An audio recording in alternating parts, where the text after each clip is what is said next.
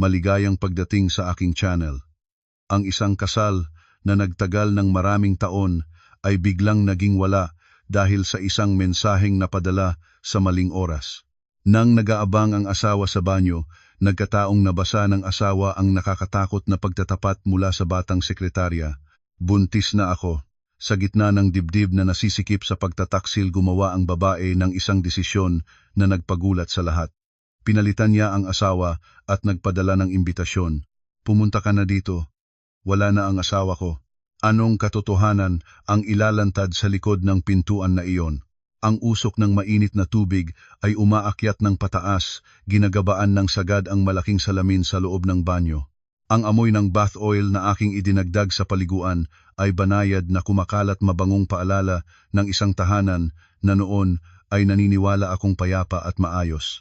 Si Rodel, ang aking asawa, ay kababalik lamang mula sa mahabang business trip sa Cebu. Itinapon niya ang kanyang bag sa sofa, nagrereklamo ng ilang minuto tungkol sa init at pagod, at diretso na pumunta sa banyo. Iniwan ako kasama ng isang tambak ng damit na namamango. Maingat kong pinulot ang bawat polo shirt, iniayos ang mga mamula at puti. 10 taon na ring ganito. Parang isang makina akong may nakaprogram na gawi umaga, ihatid ang anak sa paaralan, hapon, sunduin, magluto, maglinis, mag-ayos ng damit ng asawa.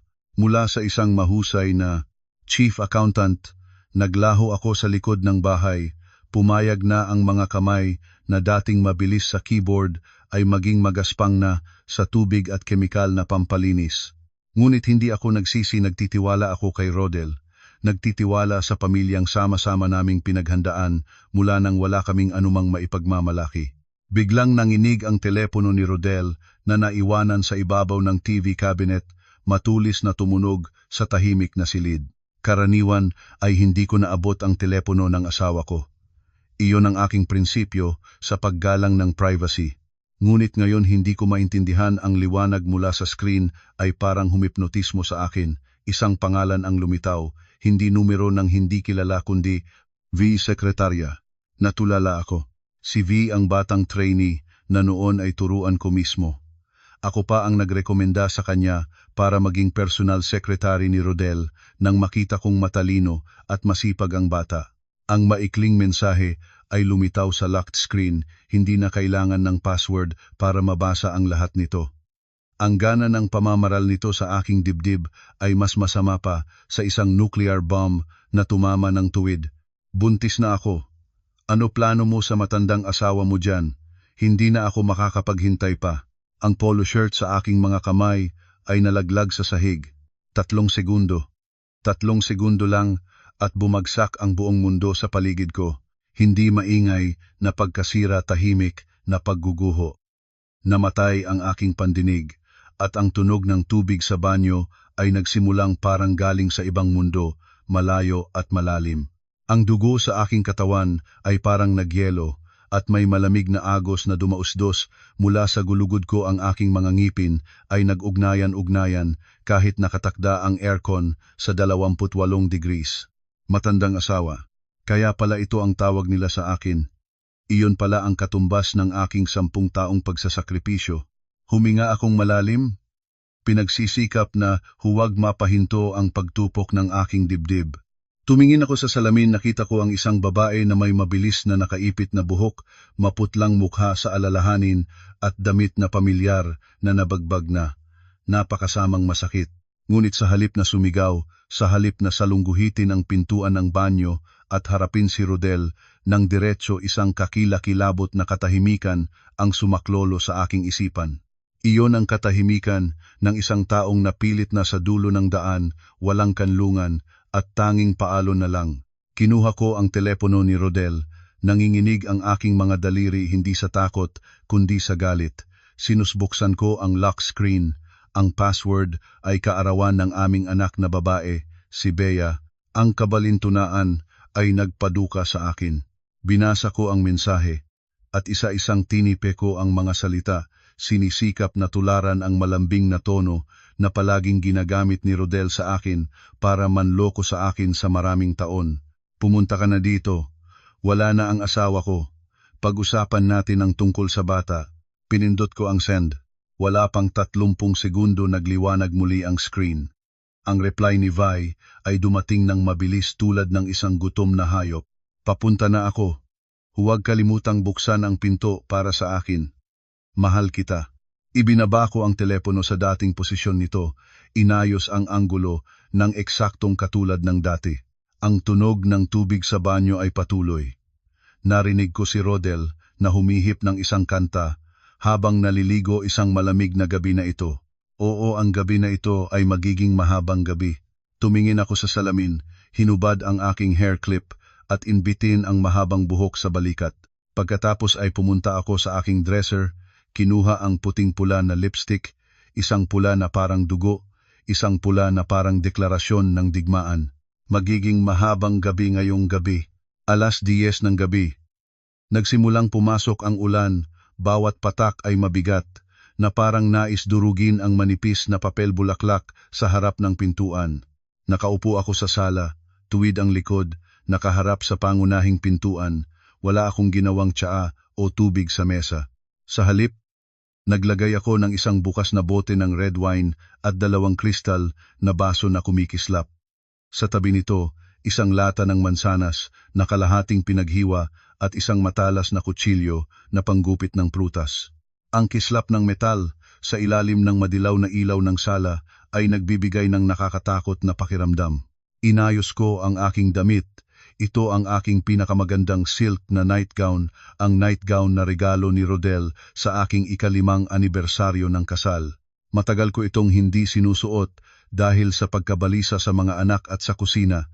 Ngayon ay isinuot ko ito, hindi para maakit ang aking asawa, kundi para salubungin ang babaeng nagnakaw ng aking asawa. Ding-dong, ding-dong.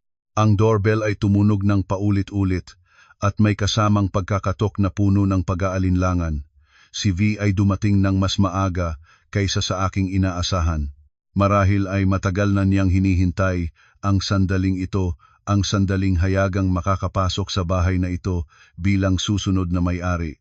Dahan-dahan akong tumayo at lumakad ng mahinahon. Bawat hakbang sa malamig na tiles ay isang tibok ng aking puso na sumasakit, ngunit lalo pang nagiging matalas ang aking isipan.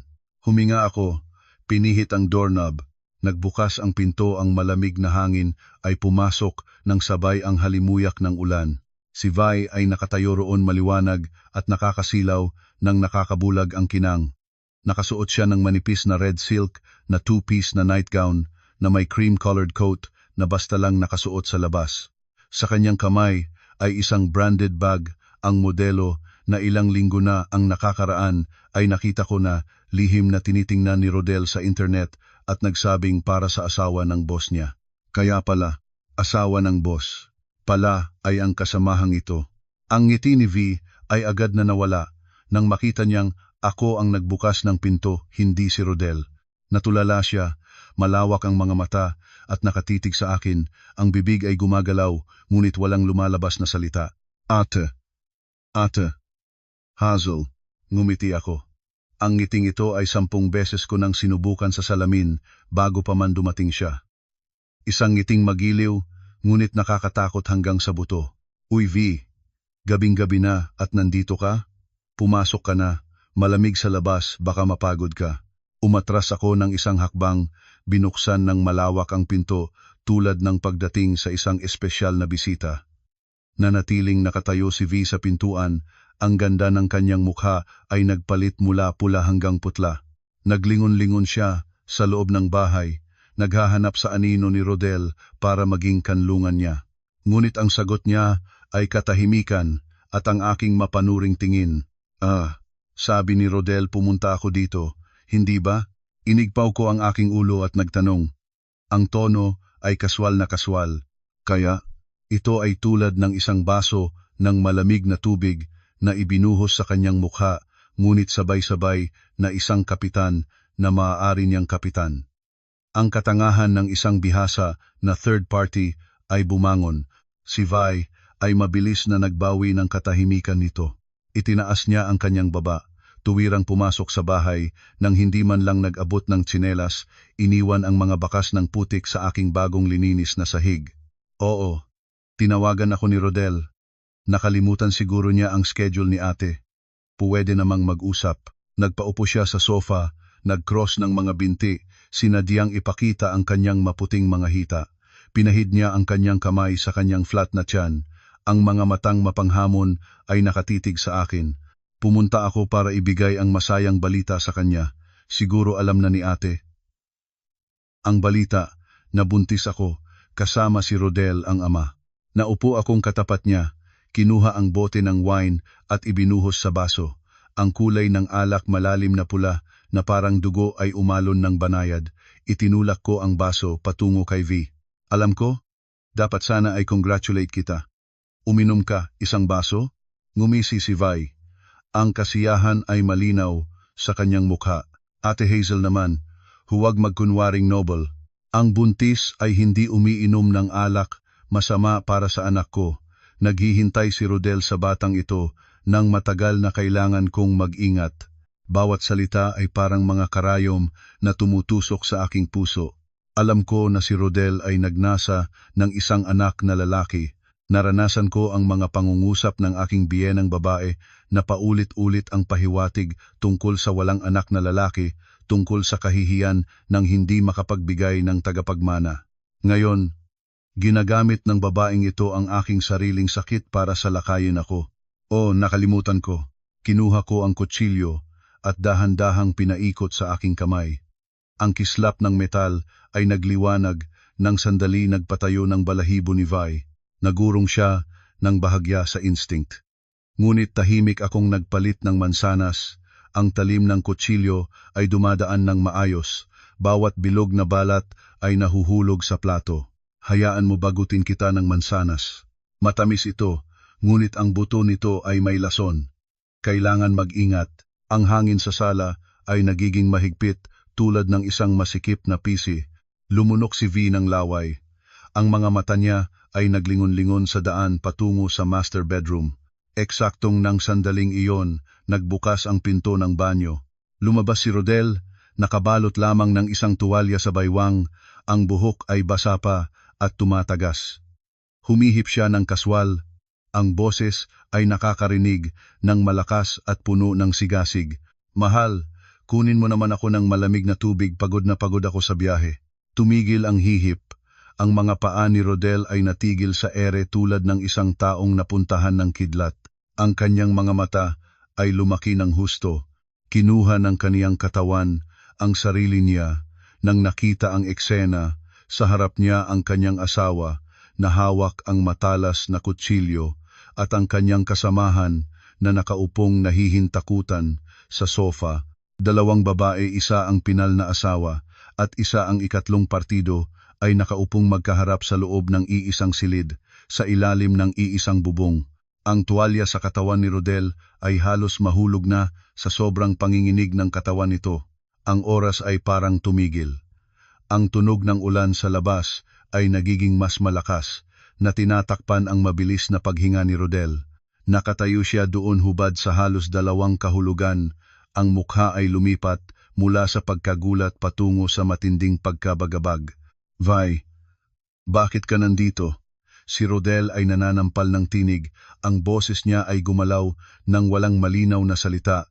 Ang mga mata ay gumulong ng mabilis sa pagitan ko at kay V, tulad ng isang taong naghahanap ng butas kung saan siya makakapaglaho. Nang makita ni Vi si Rodel, agad na tinanggal ang mapanghamak na mukha niya, pinalitan ng isang kawawa-kawang hitsura. Tumakbo siya mula sa sofa at iniyakap ang dibdib ni Rodel. Ang luha ay agad na bumuhos tulad ng ulan sa tag-araw. Rodel, natakot ako. Si Ate Hazel niloko niya ako para pumarito. Pinagbantaan niya kami ng kutsilyo ako at ang ating anak. Nagdramang nagsaya si V. Ang mga kamay ay niyakap ang kanyang tiyan, nanginginig na parang isang inosente na tupa sa harap ng masamang lobo. Nananatili akong nakaupo, hawak pa rin ang kutsilyo at ang kalahating pinaghiwa na mansanas. Sa pagtitingnan ng nakakatakot na malungkot na palabas na ito, isa lamang ang aking naramdaman, pagkasuka. Ang lalaking minhal ko, iginalang ko, binigyan ko ng aking kabataan ngayon ay kinakayakap ang ibang babae mismo sa harap ko, sa loob ng aking sariling tahanan. Narinig ni Rodel si Vi at ang protektibong instinct para sa kasamahan at sa inaasahang tagapagmana ay biglang lumabas, nagpapalakas ng galit na higit sa pakiramdam ng pagkakasala. Tumingin siya sa akin, ang mga mata ay hindi na nagpapakita ng pagsisisi kundi ng walang basehan na galit ng isang taong nahuli sa krimen, ngunit gusto pang sumigaw para mapalabo ang kanyang kasalanan. Hazel, ano ginawa mo? Bakit mo niloko siya para mapunta siya rito? Ano ang plano mo sa aming anak? Ibinaba ko ang kutsilyo sa mesa, isang tuyong tunog na kumakalampog sa katahimikan. Tumayo ako at tinitigan ng diretsyo si Rodel.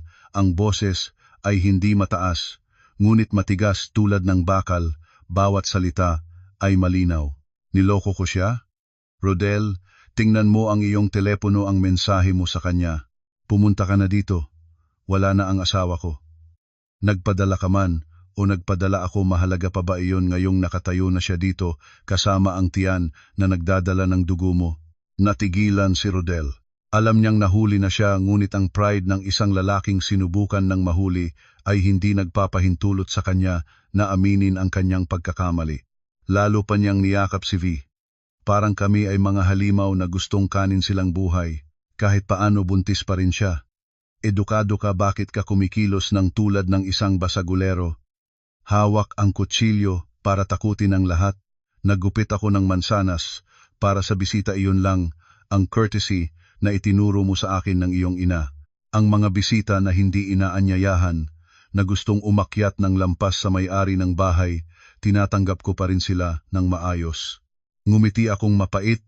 Ang mga mata ay tuwirang nagtungo kay Vi na nagkukunwaring nangangatal sa bisig ni Rodel. Hindi ba? Nakita ni Vi na buo ang pagtatanggol ni Rodel sa kanya at lalo siyang nagpakita ng kalumaan niya. Nagbigay siya ng isang malakas na hiyaw na parang nasaktan, iniyakap ang kanyang tiyan at nagunat ng paghihinagpis. Rodel, masakit ang tiyan ko, parang magiging epekto sa ating anak. Takot na takot ako sa tingin ni ate.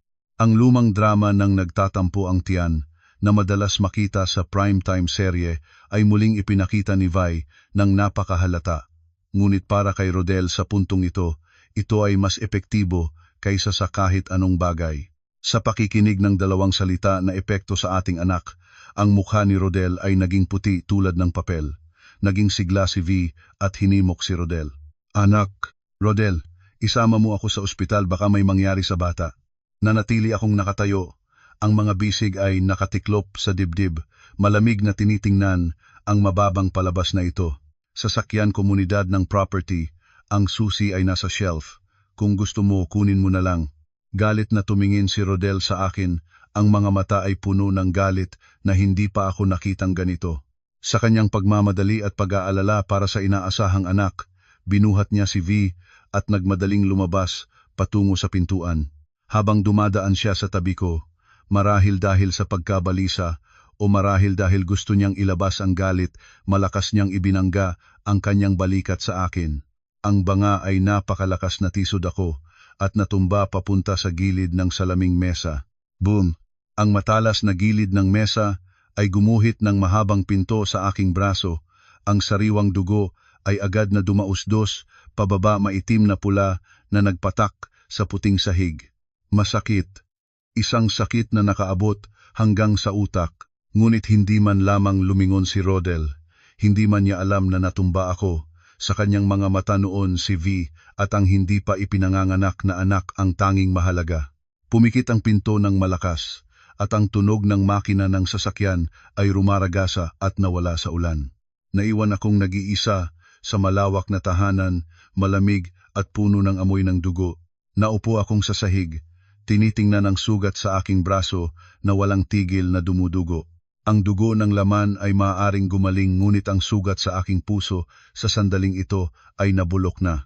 10 taon ng kabataan, 10 taon ng pagsasakripisyo ng karera para alagaan ang pamilya. Sa huli ito ang kapalit. Isang mabigat na bangga at pag-abandona ng walang pagdududa.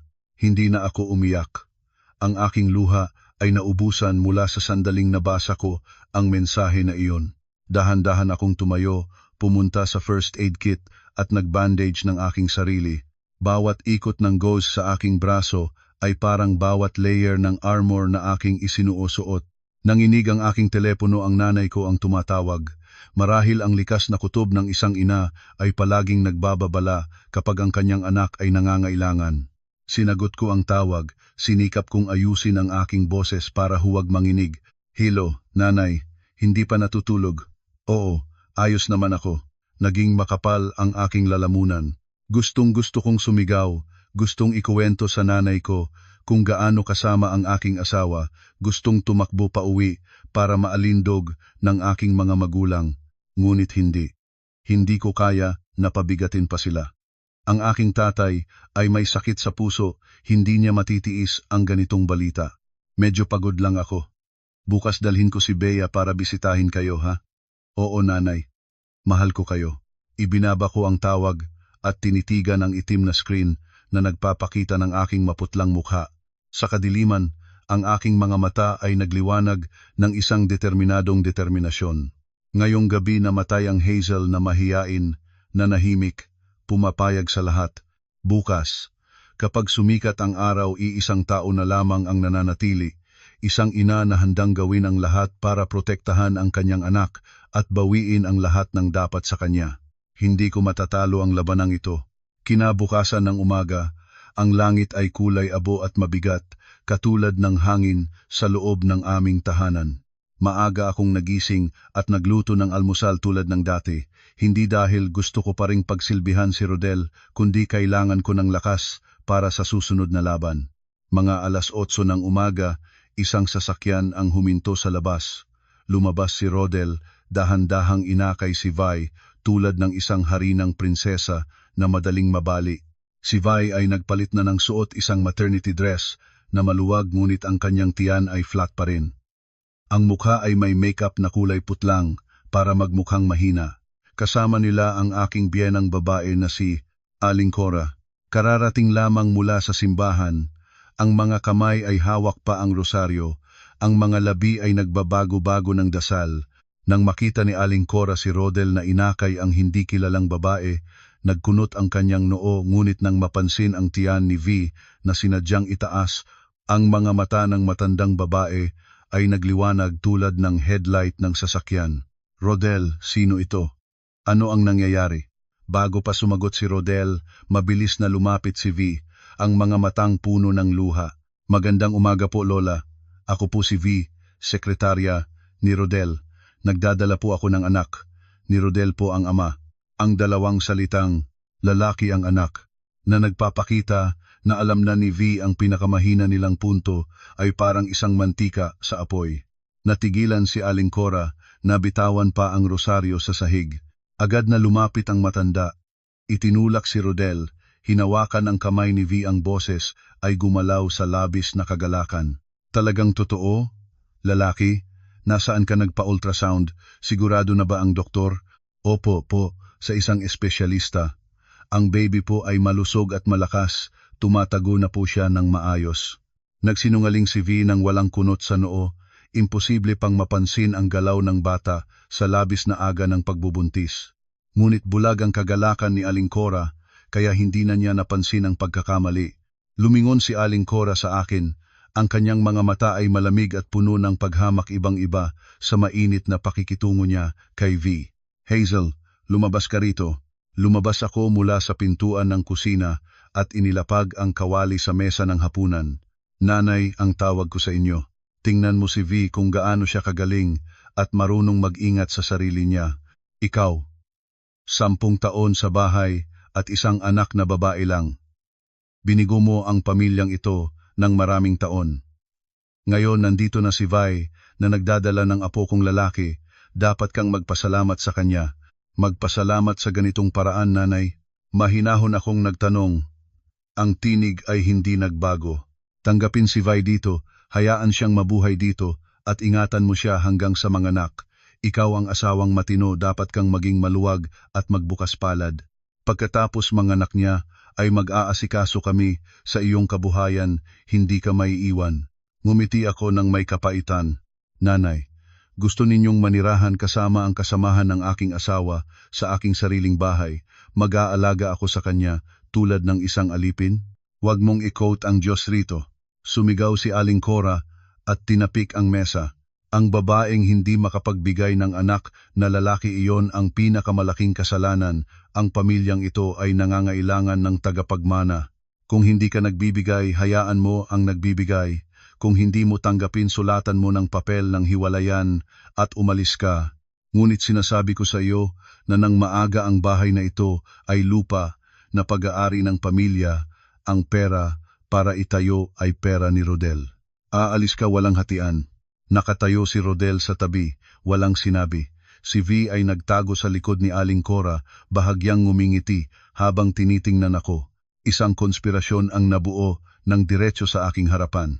Ang nagtataksil na asawa, ang nabubuwisit na biyenan, at ang tusong third party. Nasaan si Bea? Biglang tanong ni Aling Cora. Anak na babae siya, pagkatapos ay magiging ari-arian ng ibang pamilya. Ang kwarto niya palipatin ninyo para makamit ni Vi. Ang mas magandang kwarto ang silid na nakaharap sa silangan, mainam para sa isang buntis. Nahigpit ang aking puso. Pwede nilang gawin sa akin ang lahat. Ngunit kapag hawak nila ang anak ko, kapag inalis nila ang karapatan ng bata sa kanyang sariling lugar, sa sariling tahanan doon, natapos ang aking pagtitiis. Nanay, ang bahay na ito ay isang komunidad ng property. Nagambag ako, may legal na karapatan ako. Hindi kayo basta-basta makakapagtapon sa akin. Inilabas ni Aling Cora mula sa kanyang bulsa ang isang makalumang papel na lumabas na ang kulay. Natutulog ba kayo? Akala nyo ay matanda na ako at hangal? Ang titulo ng bahay na ito ay nasa pangalan ko pa rin. Noong kasal kayo, binigay ko ang lupa ngunit hindi ko kailanman binago ang pangalan. Ngayon magbibigay ako nito sa apo kong lalaki sa sandaling ipanganak siya. Wala kang anumang matatanggap. Lumagpak ang lupa sa aking ilalim. Malinaw na. Palagi na niyang alam ang daan pabalik, palagi na niyang iniingatan ang backdoor para protektahan ang ari-arian para sa kanyang anak. Para sa akin, walang naiwan sa akin. Sa mga susunod na araw ang tahanan na dati ay aking lakas ay naging isang kulungan. Lumipat si Vi sa aming malaking master bedroom at ang dahilan ay mas malawak ang kama para sa buntis. Itinulak niya ako sa maliit na kwarto sa likod na dati ay bodega. Sinimulan ni Rodel ang kanyang kampanya ng pang-ekonomiyang pag-siege. Isang hapon nang naglabas ako para bumili ng pagkain para sa paaralan ni Bea, nang mag-swipe ako ng aking card sa supermarket. Paumanhin, ma'am. Na-reject po ang card. Ang sabi ng makina ay nakablock. Tinry ko ang pangalawa, pati ang ikatlo. Lahat ay hindi gumagana. Naninindak ako sa gitna ng mahabang pila ng mga tao. Ang mga pag-usyosong titig ay nagtitipon sa akin tulad ng mga patalim. May cash ka ba? Pabulong na tanong ng cashier. Hinalungkat ko ang aking bag, ilang pirong pera na hindi sapat para bumili ng kahit isang maliit na gatas. Bumalik akong walang dala sa bahay. Nakita ko si Vi na nakahiga sa aking sofa. Ang isang kamay ay nagtatamid ng imported na cherry. Ang kabilang kamay ay may hawak na remote ng TV. Sa sahig sa paligid niya ay mga balat ng butil. Uy, Ate Hazel, umuwi ka na? Bakit walang dala? Nakalock ba ang card mo? Kawawa naman. Sinabi ni Rodel, takot daw siyang mapagastusan ka ng labis kaya kontrolado na ang lahat. Kung kailangan mo ng pambili sa palengke, sabihin mo kay V, bigyan kanya ng konti para sa pagkain. Hindi na ako sumagot at diretso pumunta sa kusina. Ang kusina ko ay hindi na rin ang aking kusina. Ang mga delata at pampalasa na maingat kong inayos ay nagwarak na. Sa hapagkainan ay isang bundok ng mga marurumihang plato mula sa tanghalian na hindi pa nahuhugasan. Ate Hazel, nang tanghali kami kumain ay medyo napagod kami kaya hindi pa namin nahahugasan. Ikaw na sana, sabi ng doktor, hindi dapat kami hawak ng chemicals. Ang boses ni Vi mula sa sala ay mapangharing tulad ng isang amo na nag-uutos sa kanyang katiwala. Pinilit kong ibaba ang aking mga kamao, ang mga kuko ay kumukurot sa aking mga palad. Kailangan ko pang tiisin. Wala pa akong ebidensya, wala pang pera, wala pang lakas na lumaban. Kung magkagulo ako ngayon, mawawala ko ang karapatang mag-alaga sa anak ko. Tahimik akong naghugas ng plato. Ang tunog ng mga kumakalampag na pinggan ay refleksyon ng kaguluhan sa aking kalooban. Nang gabing iyon, pumunta ako sa kwarto para salubungin si Bea na umuwi mula sa paaralan. Ang bata ay nakulong sa sulok ng higaan, yakap ang lumang teddy bear na sira-sira, ang mga matang namaga. Bea, bakit ka umiyak? Nagugulumihan akong lumipat sa kanya. Nag-urong si Bea at mababa ang boses. Nanay, si Ate V. Tinawag niya akong bastard na bata. Sinabi niya na malapit nang itaboy ng tatay tayo sa daan, kailangan na akong mag-alimos. Itinuon ko ang kanyang manggas pataas at namatay ang aking isipan. Sa malambot na braso ng bata ay isang malalim na pasa, malinaw ang hugis ng mga daliri ng isang taong pinagpitan ito. Pinagpitan ka ba niya? Ang aking boses ay nanginginig sa galit. Oh, nang kanina ay kumuha ako ng tubig at nagkataong natumba ang tubig sa kanyang damit. Pinagpitan niya ako at sinabi na kung susumbong ako sa iyo o sa tatay ay ipapadapa niya ako. Sumabog ang dugo sa aking ulo. Kayang tiisin ng aking katawan ang insulto, kayang tiisin ang panloloko, kayang tiisin ang pagnanakaw ng aking asawa. Ngunit kapag hinarap nila ang aking anak, kapag sinasaktan ang pisikal at emosyonal na kalusugan ng aking anak, ang demonyo sa aking kalooban ay ganap ng nagising. Niyakap ko ng mahigpit si Bea, hinalikan ang kanyang noo. Ang aking mga luha ay hindi na dumagsang palabas, pinalitan na ng mga mata na nagniningning ng apoy ng isang babaeng ina na nagagalit. Bea, huwag kang matakot. Mula ngayon walang sinuman ang maaaring saktan ka, nangako ang nanay. Tumayo ako at lumabas ng kwarto. Sa aking mga kamay, walang kutsilyo. Ngunit ang lakas ng espiritu na bumubula mula sa aking katawan ay mas matalas pa sa anumang talim. Diretso akong nagtungo sa sala. Doon si Rodel, si Aling Cora, at si V nagtutuwaan, tumatawang masayang-masaya sa itaas ng sakit ng aking anak na babae. Mabuti, ngayon ay abalang-abala na ang bahay na ito. Habang tinitingnan ko ang telepono ni V na nakalagay sa coffee table, isang plano ay kumislap sa aking isipan. Kung gusto nilang maglaro ng pagtatago at pagtatapon ng bato, lalaro rin ako. Ngunit ang laro ko ay ibang-iba. Pumasok ako. Ang mukha ko ay kakaibang kalmado. V, gusto mo bang kumain ng lugaw? Gagawa ako para sa iyo, mainam, para sa bata. Nagulat ang tatlo. Ang biglang pagsuko na ito, tanda ba ito ng pagtalikod o simula ng mas malaking bagyo? Sa mga susunod na araw, ang tahanan na dating aking matamis na tahimikan ay naging isang nakakainis na kulungan, at ang bawat hinga ay puno ng tsupalero at pagkukunwari. Sinubukan kong tiisin ang papel ng isang mapagpakumbabang asawa, isang matapat na manugang para makahintay ng tamang pagkakataon para sumalungat. Ngunit hindi ko inasahan na ang kasamaan ng tao kapag lumagpas na ang pagkamakasarili at pag-iimbot ay nagiging nakakatakot. Nang mga araw na iyon, ang aking isipan ay paulit-ulit na naging malabo at hindi malinaw. Ang aking memorya ay nagsimulang humina ng malubha. Minsan habang nagluluto ng sopas ay nagtingin-tingin ako at biglang napansin ang sopas ay napakaasim na kahit alam ko nang hindi ko ito tinikman kahit isang beses.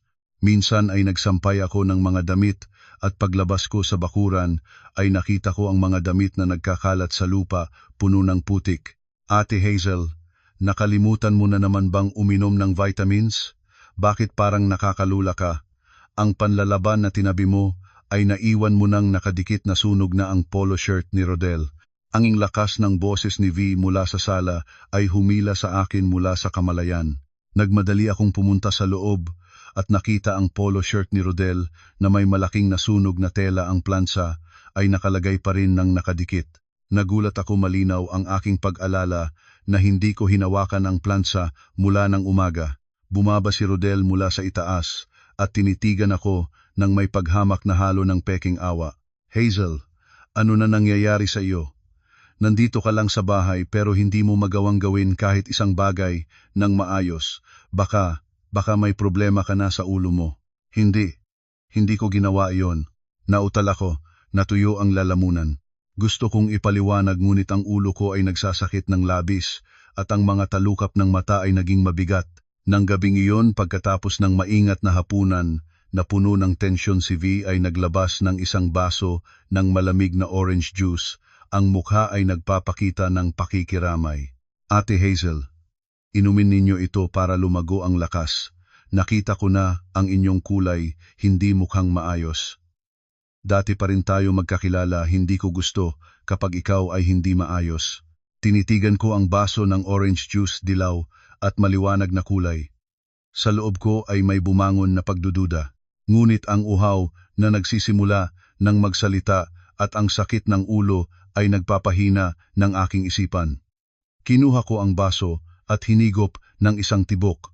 Ang lasa ng orange juice ay bahagyang mapait, kakaibang mapait sa lalamunan. 15 minuto lang nagsimulang umikot ang mundo sa harap ko. Ang mga dingding ay parang bumabagsak, ang kisame ay umiikot ng masidhi. Naramdaman ko ang init na nagsisimulang sumiklab sa aking loob.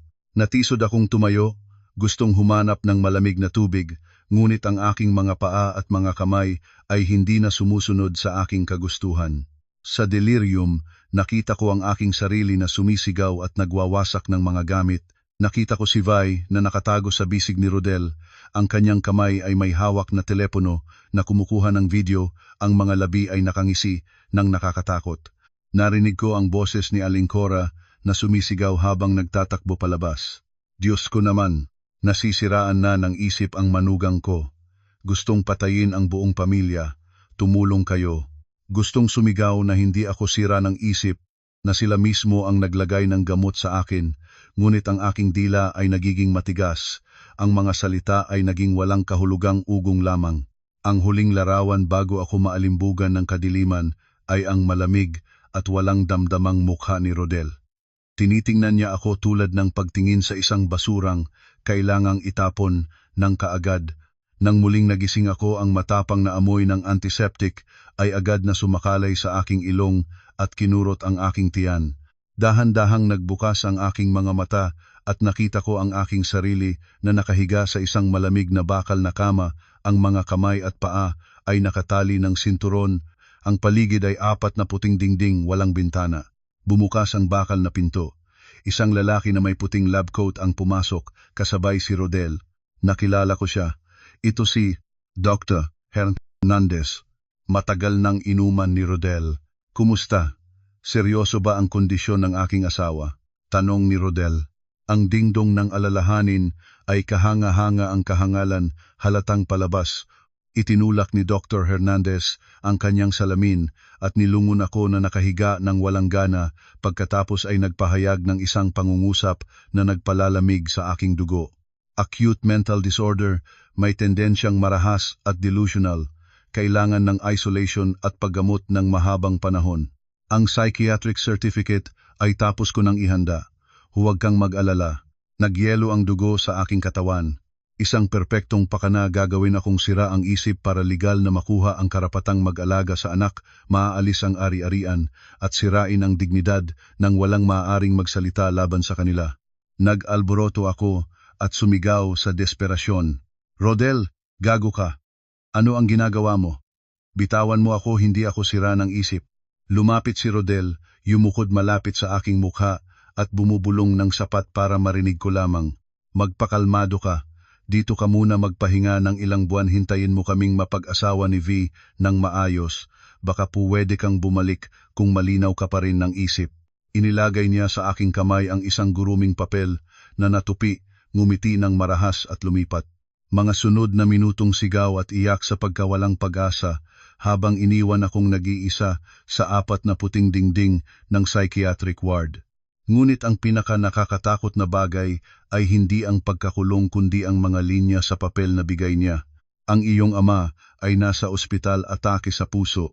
Kritikal. Ang balita na ito ay tulad ng kutsilyo na tuwid na tumama sa aking puso, mas masakit kaysa sa kahit anong tortura sa katawan. Ang aking tatay ang mapayapang, mapagbigay na lalaking nagbenta ng kanyang katandaan para tulungan kami sa aming negosyo noong nagsisimula pa lamang, ngayon ay naghihingalo sa ospital.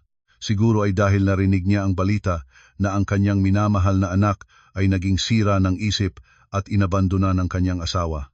Kinagat ko ang aking labi hanggang sa lumabas ang dugo. Ang maingat na lasa ay kumalat sa aking bibig at nagbigay sa akin ng konting katinuan. Hindi ako maaaring maging sira ng isip, hindi ako pinapayagang maging sira. Kung bumagsak ako ngayon, sino ang magliligtas sa aking tatay? Sino ang magpoprotekta kay Bea? Muli na bumukas ang pintuan ng ward. Sa pagkakataong ito hindi si Dr. Hernandez, kundi si Rodel. Seryosong pumasok, umupo sa tabi ng kama, inihugot ang isang makapal na folder. Narinig ko na ang iyong tatay ay kritikal kailangan ng operasyon. Ang gastos ay malamang mahigit 100,000 piso. Ang iyong mga magulang ay walang pensyon. Ang pera ng pagbebenta ng lupa ay ibinigay na sa atin. Tinitigan ko siya ng may galit na naabot hanggang sa buto. Gagawin mo pa ang ganyan at may mukha pa kang banggitin iyan sa harap ko. Hayaan mo ang pagkukunwaring noble at makita mo ang katotohanan. Itinatapon niya ang folder sa aking dibdib. Lagyan ng pirma. Voluntary divorce, huwag kang humingi ng anumang ari-arian. Ibigay ang legal na pag-aalaga kay Bea sa akin.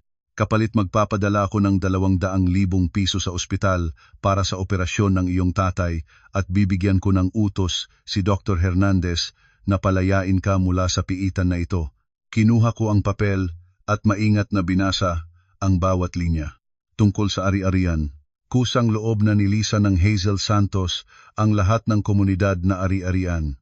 Tungkol sa anak, ibinibigay ang legal na pag-aalaga kay Bea Santos sa ama niya, si Rodel Santos. Ang ina ay hindi maaaring bisitahin nang walang pahintulot ng ama. Pipiritin mo ba ako hanggang dito? Nautal ang aking boses. Si Bea ay aking anak. Kailangan niya ng kanyang ina. Nagkibit balikat si Rodel, ang mukha ay walang emosyon at malamig. Si Bea kasama ko ay magkakaroon ng mas magandang kondisyon. Ikaw ngayon ay sira ang isip, walang pera, walang bahay. Sa ano mo siya aalagaan? Sa tubig na yelo? O gusto mo pa rin ang iyong tatay na mamatay sa ospital dahil walang nagbabayad sa operasyon? Pinalo niya ang aking pinakamahihinang punto. Ang pagmamahal ng anak at ang pagmamahal sa magulang ay nagtutuon sa aking puso, hinihiwalay ang bawat kalooban. Isang panig ay ang karapatang maging ina, ang kabila ay ang buhay ng matandang ama. Isinara ko ang aking mga mata, lumitaw ang mukha ng aking tatay na payat at mahal. Iniukol ng lalaking iyon ang buong buhay niya para sa akin. Hindi ko maaaring hayaang mamatay siya ng ganito. Para sa Bea nanay ay nagpapaumanhin sa iyo. Kailangan muna ni nanay na mabuhay. Kailangang mabuhay ang lolo para may pagkakataong mabawi ka ko. Bigyan mo ako ng ballpen. Ang aking boses ay paos at parang basag na salamin. Nilagyan ko ng pirma ang aking pangalan. Ang sulat ay gumalaw ng pababa, ngunit determinado. Bawat stroke ng ballpen ay parang isang piraso ng aking laman na naaabot. Napakabuting anak ka. Kinuha ni Rodel ang papel at palo-palo ang kanyang pisngi ko ng mapangsala. Ang pera ay napadala na, ang utos para palayain ka ay magkakaroon sa loob ng 1 oras. Sana ay maligaya ka sa iyong bagong buhay bilang isang taong nagsasarili. Lumayo siya nang walang anumang pagsasaalang-alang. 1 oras ang lumipas, pinalaya na ako. Nagmadali akong pumunta sa ospital. Natagpuan ko ang aking tatay na nailagay na sa operating room. Ang aking nanay ay nakaupo sa hallway, ang buhok ay puting-puti, ang mga mata ay namaga sa pag-iyak. Nang makita niya ako, umiiyak na umiyak ang matanda at niyakap ako ng mahigpit. Hazel, anak ko, bakit napakahirap ng ating pinagdaraanan? Niyakap ko ang aking nanay. Ang kanyang buhok ay nagbasa sa aking luha. Nanay, hindi ako sira ng isip. Kailangan nating maging matatag para sa ating sarili. Nang gabing iyon pinalabas si tatay mula sa operating room, matagumpay ang operasyon. Dumaan na siya sa pinakamapanganib na sandali. Nakaupo ako sa tabi ng kanyang kama at hawak ang kanyang magaspang na kamay. Sa labas ay malakas na umuulan at ang kidlat ay naggugupit sa gabi. Wala na akong bahay na uuwian. Ako ay isang walang anumang natira. May label na sira ng isip, inabandona, may asawa, Ngunit sa kailaliman ng sakit na iyon, ang isa sa mga apoy ng galit ay nagalab. Nangako ako sa langit at lupa na babawiin ko ang lahat. Babawiin ko ang lahat kasama ang tubo. Hihilingin ko sa mga taong nilapastangan ng aming pamilya na lumuhod at humingi ng kapatawaran. Nag-shake ang aking telepono mensahe mula sa hindi kilalang numero. Isang litrato ng masayang pamilya, si Rodel, si Vi, at si Bea, nakaupo at kumakain sa aming lumang bahay. Kasama ang mensahe, "Salamat sa pag-abandon ng iyong lugar. Matulog kang mahimbing sa kalye." Pinipit ko ang aking telepono, ang screen ay bumulaga at naputol ang baso, nagbukas ng sugat sa aking kamay at nagpalabas ng dugo. 3 buwan pagkatapos, ang amoy ng mantika, ang amoy ng lumang pagkain na suka-suka, ang amoy ng detergent na kemikal ay sumisikip sa aking ilong at gustong malason. Ngunit walang anumang nilalaman ang aking tiyan na maipalabas. Nakaupong kurob ako sa may sink sa likod ng isang high-end na restaurant. Ang aking mga kamay na dati ay pinuri ni Rodel na kamay ng prinsesa ngayon ay kulubot, may mga piling na balat mula sa matagal na paglubog sa sabon, ang mga kuko ay maitim at magaspang. Nagpasok ako rito bilang kusinero at tagalinis. Trabaho na mabigat at mababang bayad, ngunit ang pagkain at tirahan ay kasama at walang nagtatanong ng kasaysayan o ng peking psychiatric certificate. Nang araw, libo-libong pinggan ang aking hinugasan. Nang gabi, pinag-aaralan ko ang batas at accounting sa aking sipak na telepono. Hoy, bilisan mo na. Ang VIP na bisita ay hinihingan na ng dessert. Nakatayo ka pa rin doon at humihinga. Ang sigaw ng manager ay nakakalungkot. Opo, agahan ko po. Yumukod akong mababa at ang aking mga kamay ay mabilis na naghugas ng panghugas na puting plato. Ngayong gabi ay may malaking handaan ang restaurant para sa christening ng isang malakas na developer. Wala akong pakialam, nagtatrabaho lamang para kumita ng konti. Biglang ang tunog ng mataas na heels ay umalingaw-ngaw sa mahalumigmig na sahig ng kusina. Isang malakas na pabango, ang pabangong pamilyar na nakakaaliw, pumasok sa aking pandamdam at nalampasan pa ang amoy ng mantika. Ay nako, ang lugar na ito ay marumi. Bakit naman ipinasok mo ako rito para inspect ang pagkain? Maaari itong makapinsala sa aking anak. Ang boses na iyon, natulala ako. Sinubukan kong yumukod at itago ang aking sarili sa pinakamaitim na sulok sa tabi ng mga nagsalangsang na pinggan. Ngunit ang Panginoon ay parang nalulugod sa mapait na biro, o ang makitid na daan ay naghaharap sa atin ng mga kalaban. Uy, sino kaya ang pamilyar na mukha rito? Huminto si V, lumubog at tinitigan ako. Nakasuot siya ng gown na nagsisining, ang tiyan ay may konting bukol, na umarahil ay may nakatago rito. Ang leeg ay may diamond necklace na kumikislap ng maliwanag. Sumunod si Rodel sa likod, isang baso ng wine ay hawak, ang mukha ay namumula sa alak. Nakita niya ako. Ang mga mata ay nagsimulang kumikita ng halagahin sa paghamak. Ay nako! Sino ba ito? Pala ay dating misis. Ngayon ay bumaba ka na hanggang sa pag-aartipial ng mga pinggan. Angkop naman sa katotohanan ng buhay, ang bastos ay kasamang bastos ka man, gubinan pa ng ginto. Dahan-dahang tumayo akong pinalis ang tela ng aking apron na puno ng mantika.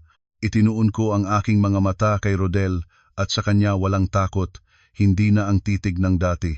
Ang pagkamit ng pera sa pamamagitan ng sariling pagsisikap ay walang kababaan. Higit pa ito kaysa sa mga taong namumuhay sa pamamagitan ng pagkain ng dugo ng iba. Nagtawa si V ng lakas, mapait na tawak na nakakairita. Ate, malakas pa rin ang dila. Rodel, tingnan mo ito, kawawa naman. Aba, dahil magkakilala tayo noong una, bibigyan na lang kita ng kaunting pera para sa sustento ng anak ng aming bagong baby, parangalan ang aming pagdating, ha? Nagsalita si V at inilabas mula sa kanyang bag ang isang bunton ng maliliit na pera, 10 piso at 20 piso na mga punit na papel, at itinapon ang lahat nito ng diretso sa aking mukha. Ang mga pera ay lumipad at nahulog sa dumi na tubig sa sahig sa ilalim ng aking mga paa. Pulutin, pulutin para makabili ng gamot para sa baliw. Nagtawanan si Vi ng malakas. Si Rodel ay sumama sa tawa, iniyakap si Vi at lumipat. Hayaan mo na siya. Saan ka pa makikipag-usap sa ganitong halimaw? Pumasok na tayo, naghihintay na ang lahat. Lumayo sila at iniwan akong nakatayo sa gitna ng mga nalaglag na pinggan at mga punit na pera na nagsasabog. Hindi ako umiyak. Yumukod akong at binuhat ang bawat piso, hindi dahil sa kagahaman, kundi dahil pinahahalagahan ko ang bawat sentimo ng aking pagpapagal, at gagamitin ko ang mga nakakahiyang pisong ito para bumili ng tiket para dalhin sila sa impyerno. Habang nagdadala ako ng balde ng marumihang tubig sa comfort room ng mga babae, narinig ko ang tunog ng pagsusuka sa loob ng VIP na cubicle. Bahagyang bukas ang pinto. Nakiusap akong tumingin sa puwang na bukas. Si V, nakatayo siya at nagsusuka ng labis. Ngunit ang bagay na nagpagulat sa akin ay hindi ang pagsusuka kundi ang galaw pagkatapos. Tumayo si V, pinaandar ang tubig at pagkatapos ay inilabas mula sa kanyang bag ang isang maliit na bote ng alkohol. Iniinom niya ito ng sabay-sabay tulad ng isang adik na matagal nang walang gamot. Isang buntis na nagdadala ng pinakamahalaga at pinakahinalang apolihim na umiinom ng matapang na alkohol sa comfort room. May isang bagay na hindi tama. Isang kutob ang nagbababala sa akin na ang bata sa tiyan ni V ay may problema o ang bata ay hindi ganyang umiral sa paraan na iniisip ng lahat. Nag-imbento ako, inilabas ang aking telepono at lihim na kinuha ang larawan ni V na nakahiga ang ulo at iniinom ang alkohol sa puwang ng pinto. 12:00 ng gabi nagbigay ng pahintulot akong umuwi. Ang aking mga paa ay halos hindi na gumagalaw sa pagod naglalakad sa walang taong kalye. Sa aking isipan ay paulit-ulit na nanginginig ang larawan ni V na iniinom ang alkohol. Isang buntis na iniinom ang alkohol sa comfort room, ito ay gawa ng isang taong hindi nagmamalasakit sa sanggol sa tiyan niya. Ngunit si V ay mahusay sa pagkukunwari at siya ay sanay sa paggawa ng sarili niyang kapakanan. Kaya, Hazal ba iyon? Isang itim na SUV ay huminto sa tabi ng kalye. Bumaba ang bintana at isang lalaki na may salamin at matino ang hitsura ang lumabas. Quentin, si Quentin ba ito? Bumukas ang aking mga mata ng malawak. Si Quentin, isang kaklasiko sa kolehiyo. Noon ay lihim siyang nagmamahal sa akin, ngunit hindi naglakas loob na magsalita dahil si Rodel at ako ay magkasintahan na noon. Matapos magtapos ay pumunta siya sa Amerika para mag-aral ng abogasya at bumalik na may sariling law firm, kilala na ngayon sa buong bansa. Tinitingnan niya ang aking kalooban, ang nabalot na estado ko, ang magaspang na mga kamay, ang damit na may amoy ng pagkain, ang mga mata niya ay puno ng hindi mapigilan na lungkot. Diyos ko, Hazel, paano ka napadating dito? Mabilis na lumabas si Quentin at binuksan ang pinto ng sasakyan para sa akin. Sumakay ka. Hindi ko maaaring hayaang maglakad ka ng mag-isa sa hating gabi. Sa loob ng sasakyan, ang mainit at komportableng espasyo at ang magaan na pabango ng lalaki ay nagparamdam sa akin ng panghihina. Sa harap ng katapatan ni Quentin bumagsak ang aking matibay na takip. Inilabas ko ang lahat sa kanya mula sa balita ng pagbubuntis, ang pagkakahuli, ang psychiatric ward, ang pagpirma ng divorce, ang pag-abandona ng aking anak.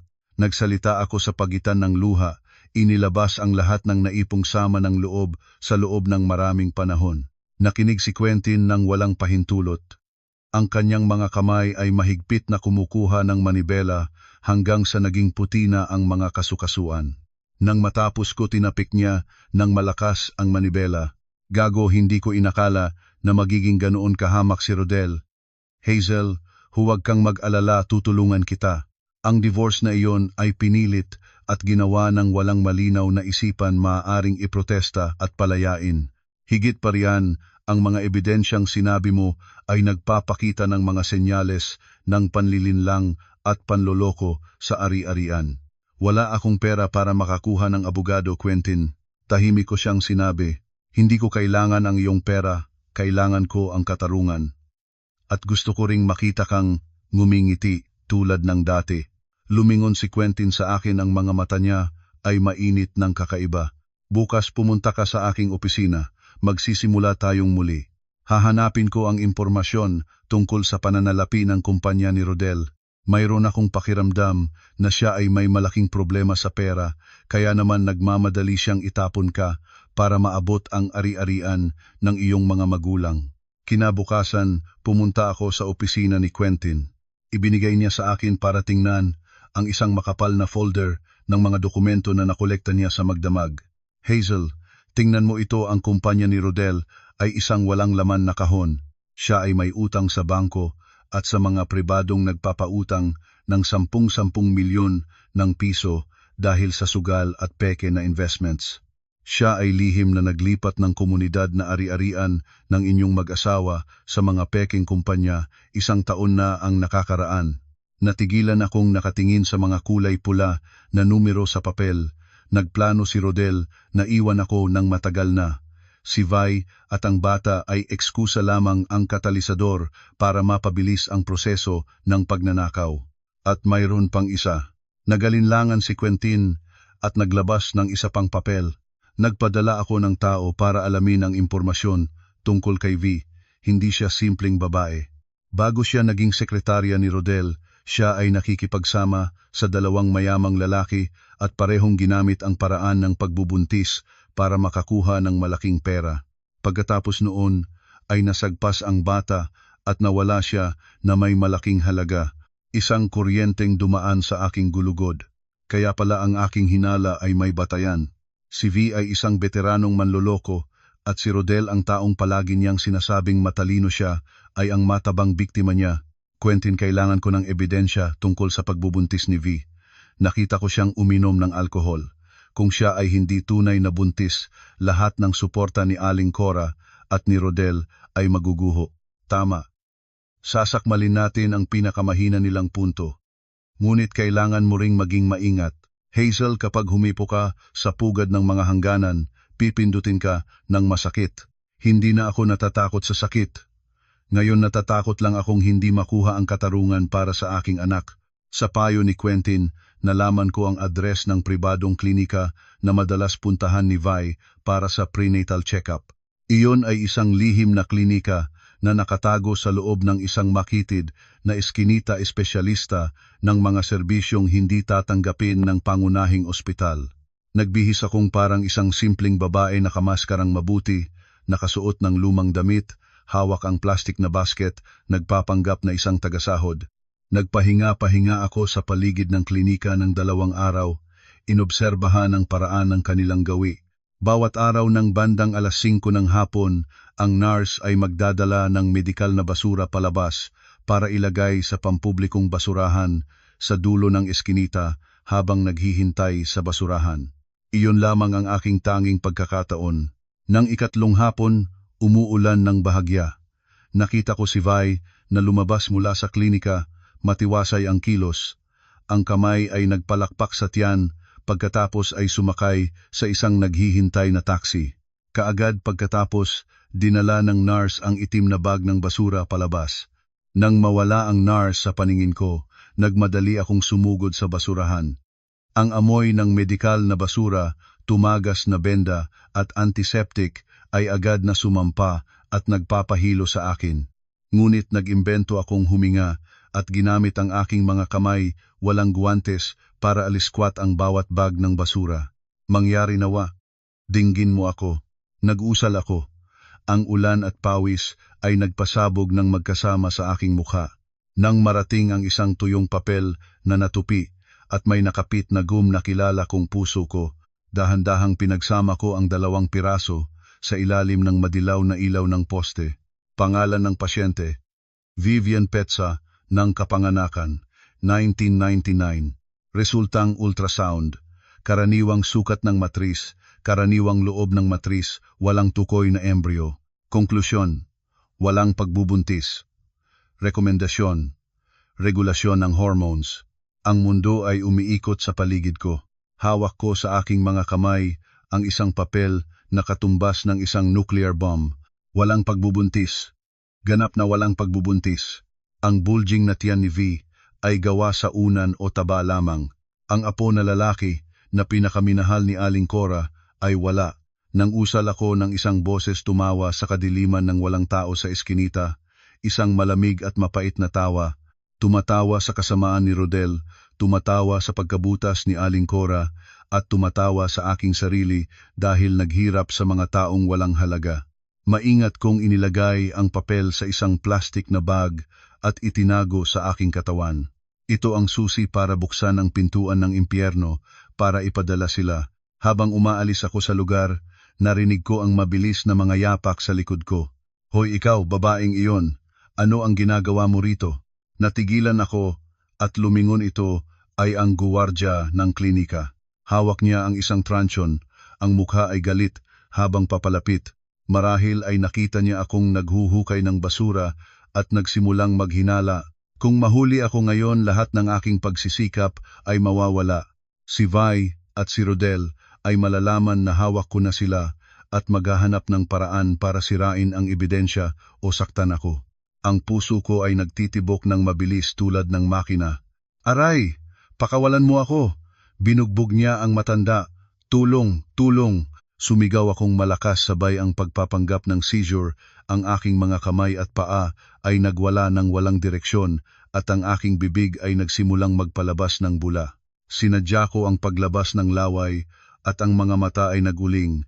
Nagimbal ang guwardya. Hindi niya inaasahan na ang babaeng naghahalungkat ng basura ay magkakaroon ng ganitong reaksyon at ganito kakilakilabot. Mabilis na inurong ang kanyang kamay. Tulad ng nahipo ng mainit na karbon umatras ng ilang hakbang, ang mukha ay natigilan. Sira sa ulo, ano natutsak ka? Wala akong ginagawa sa iyo. Sinamantala ko ang saglit na pag-alinlangan ng guwardya, tumayo agad, niyakap ng mahigpit ang plastic basket at nagpractice na patakbong galing ng walang humpay. Tumakbo ako. Nang hindi pa ako nakatakbo nang ganito noon dumaraan sa mga madilim na bansa, hayaang ang putik at tubig ay magsabog sa aking mga pisngi.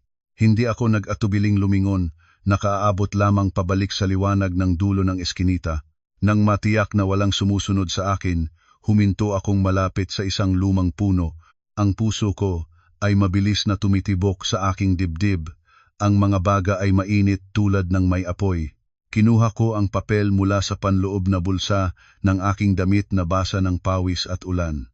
Ang papel ay basa ngunit ang mga salitang, walang pagbubuntis, ay malinaw at tiyak na naroroon.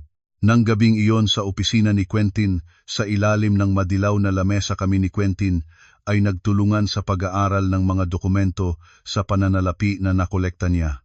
Habang mas malalim ang aming pumasok, lalong natakot ako. Hazel, tingnan ito.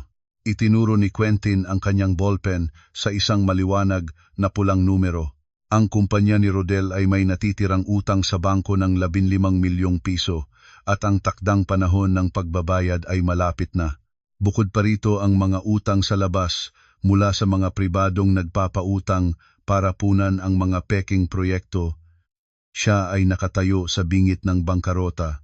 Natulala ako sa gulat, ngunit patuloy siyang namimili ng mga branded na gamit para kay V, nagpapalit ng sasakyan, nag-oorganisa ng maraming handaan.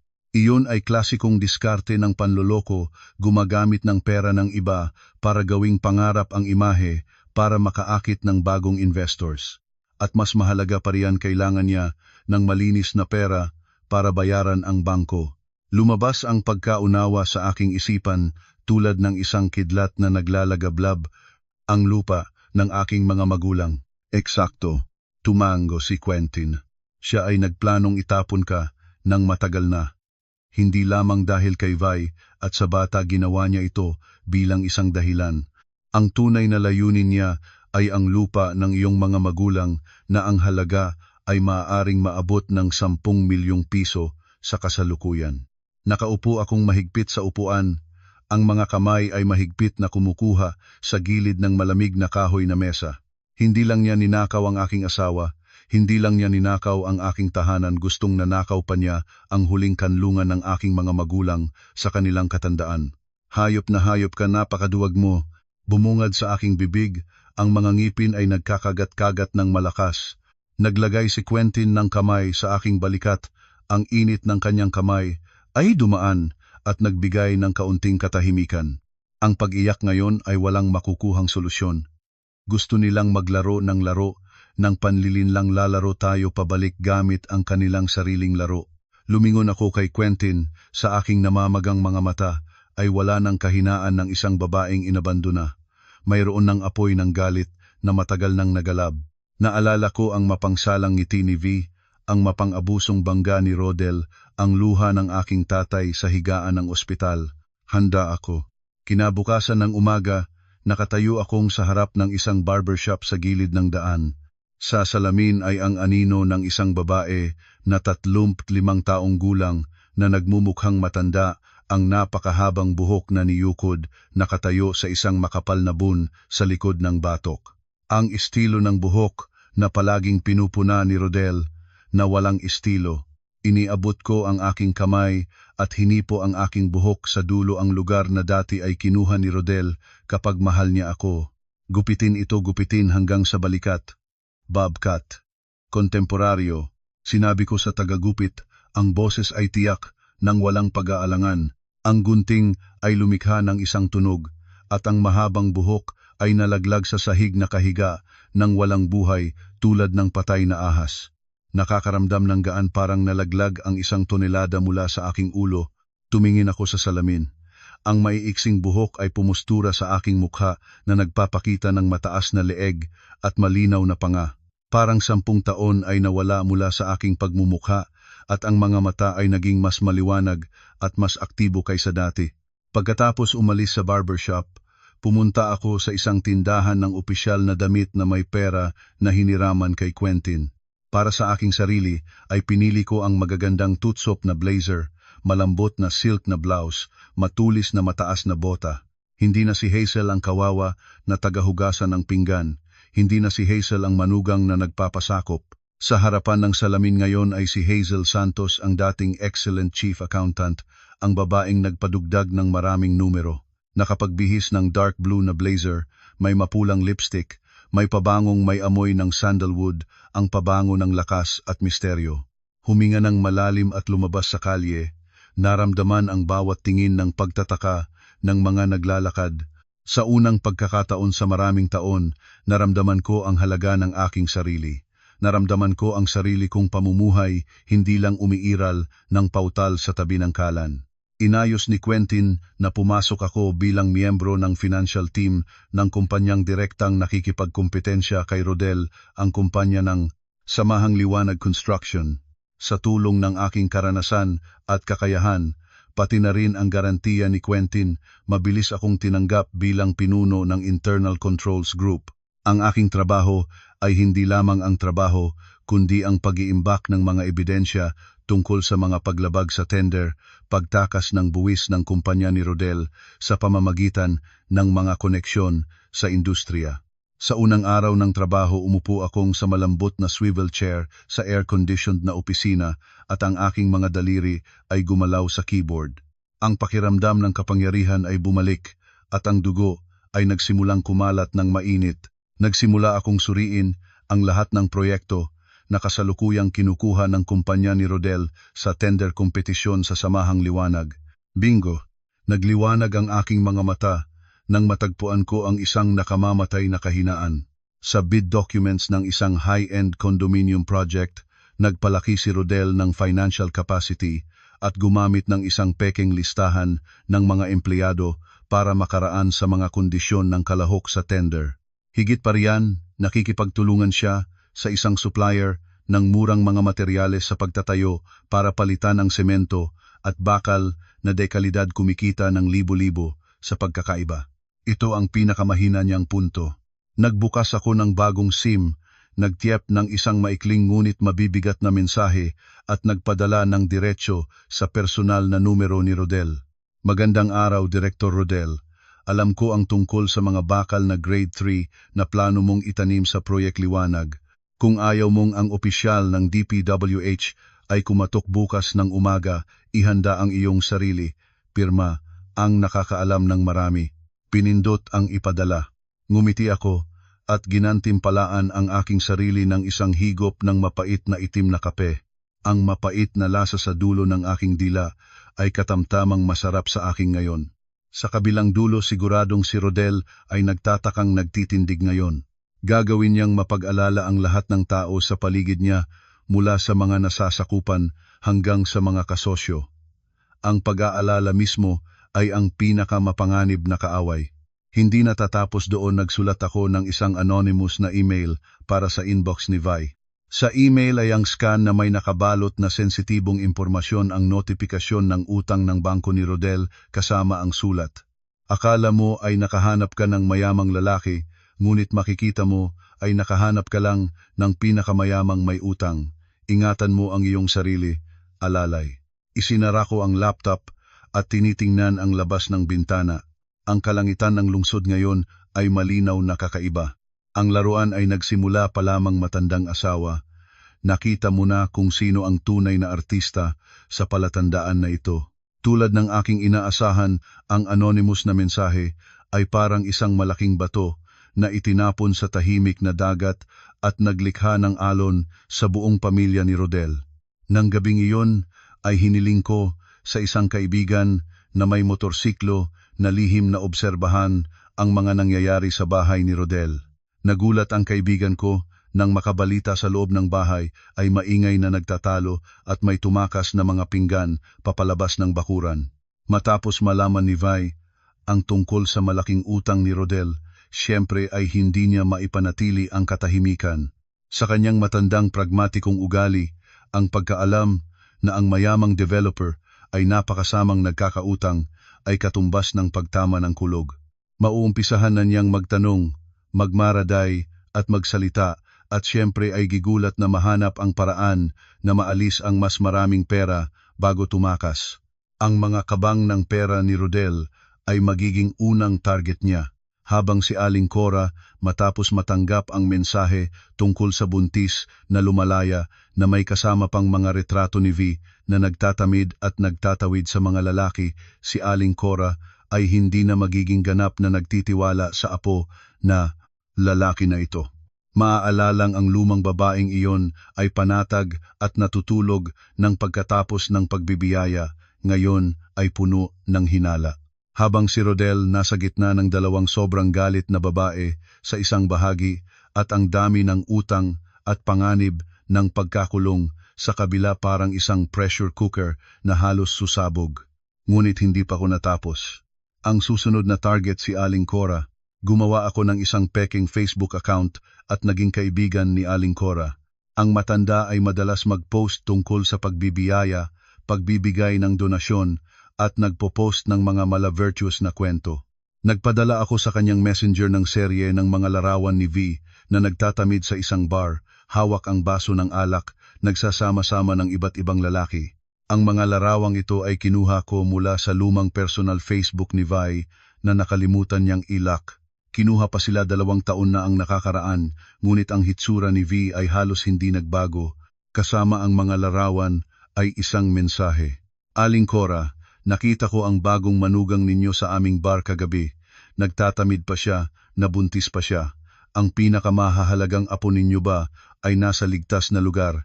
Ingat lang po kayo. Nabasa na ang mensahe.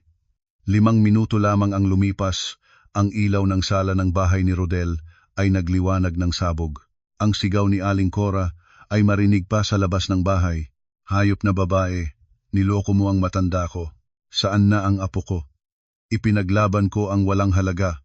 Pagkatapos ay ang mangiyak na pagtatalo ni V. Ina, hindi totoo iyon, mga Photoshop iyon. Photoshop? Kilala ko ang damit na iyon. Binili ko ito para sa iyo 3 araw na ang nakakaraan. Narinig pa ni Rodel ang lahat at sumabog. Tumigil na kayong lahat. Ang sakit ng ulo ko. Ang lalaki sa kabilang panig ng labis na presyon ng utang at panganib ng pagtataksil, parang isang pressure cooker na nagsimula ng pumutok. Nandiyahan na, tumintignan na ang isa't isa. Sinipin ni Quentin ang kanyang mensahe. Nasabitan na ba ang isda? Sumagot ako, patay na sila. Ngayon ay sama-samang kumain. Salamat sa iyo. Tumayo ako, inayos ang aking blazer, at lumakad palabas ng opisina tulad ng isang mandirigma. Hindi na ako natakot, hindi na ako mahina. Dahil sa likod ko ay hindi lang isang bangin, mayroon ding aking anak at ang aking mga magulang na naghihintay. Kailangan kong manalo. Gabi ng anibersaryo, 10 taon ng pagtatag ng kumpanya ni Rodel, ang handaan ay ginanap sa pinaka-luxury na hotel ng lungsod. Ang kristal na chandelier ay maningning, ang mga bulaklak ay bumubok, ang red wine ay umagos ng sagad sa baso, ang mga bisita ay nagsasagala, lahat ng business partners, opisyal, at maging ang mga nagpapautang na nagkukunwaring bisita. Si Rodel ay nakatayo sa lobby na sumasalubong sa mga panauhin, nagsusuot ng itim na blazer ng formal, ngumingiti ng pasang-awa, ngunit hindi na ililihim ang pagkabagabag sa kanyang mga mata. Si Aling Cora ay naroroon din, suot ang isang kayumangging pilak na baro, nakataas ang buhok, ngunit ang kanyang mukha ay nagtatampo. Hindi pa rin nawala ang galit pagkatapos ng taong V. Nag-alab si Vi sa isang panggabing gown na may kulay ng ginto, ang tiyan ay bahagyang may bukol, ngunit maaaring dahil sa paglalagay o taba ang leeg ay may diamond na kuwintas na kumikislap. Nagpaganda si Vi ng labis, ngunit ang mga mata ay banayad na patuloy na nagmamasid tulad ng isang maginoong buntot. Eksaktong 8:00 ng gabi, nagbukas ang malaking pinto. Pumasok ako. Ang buong sala ay biglang huminto. Hindi na si Hazel ang kawawa, hindi na si Hazel na hinihirapan. Sa gabing ito, maningning at mapagmalaking nakasuot ng mapulang wine-colored na mermaid gown na mahigpit at nagpapakita ng bawat linya ng katawan. Ang maiiksing buhok na magaan na inalog, ang mga labing mapula at maalab, ang aking postura ay puno ng tiwala. Kasabay ko si Quentin sa papel ng personal lawyer ko, matino at elegant. Natulala si Rodel, ang baso ng wine na hawak niya ay halos malaglag. Hindi niya nakilala ang kanyang dating asawa sa mabilis na pagtingin. Sa kanyang mga mata ay kumislap ang isang bagay, pero ngayon ay nagsimulang magpalaki ang kanyang pakiramdam ng nagkakamali. Nagmadali siyang lumayo at nilapitan ako. Hazel, maganda ka ngayon, alam ko na darating ka pa rin. Banayad na pinigilan ang kanyang kamay na gustong humawak sa akin. Congratulations sa anibersaryo ng iyong kumpanya. Naparito ako para ibigay sa iyo ang isang espesyal na regalo. Napansin ni Vi si Rodel na may kasabik na pakikitungo sa akin, agad na sumabak ang selos. Naglakad siya ng tahimik tulad ng pato, sinadyang itaas ang tiyan para harangin ang espasyo sa pagitan ko at ni Rodel. Ate Hazel rin ba ay pumunta? Siguro naligaw sa paraan. Malinaw ang tinig niya, ngunit may kasamang kapaitan. Si Ate Hazel kaya naparito. Sinabi ko ng malinaw, lahat ng naroroon ay nakarinig. Handa na akong magsimula. V, dahil sinabi mong nagdadala ka ng apo sa aming pamilya, mayroon ka bang lakas ng loob na hayaan ang doktor na suriin ka dito ngayon? Natulala si Vi, ang mga mata niya ay lumaki. Ano ang ibig mong sabihin? Bakit ko kailangang patunayan ang sarili ko sa iyo? Dahil narinig ko na ang isang buntis ay lihim na umiinom ng matapang na alkohol at nagtatayog-tayog sa mga bar. Nag-aalala ako para sa kalusugan ng sanggol ng aming pamilya. Ang salang ay nagiging mas maigting. Nagsimulang kumagat ang mga bisita. Isang batang empleyado na nakatayo malapit sa elevator ay tinitingnan ako ng may pagtataka. Ilang middle-aged na lalaki ay nagsimulang umiling.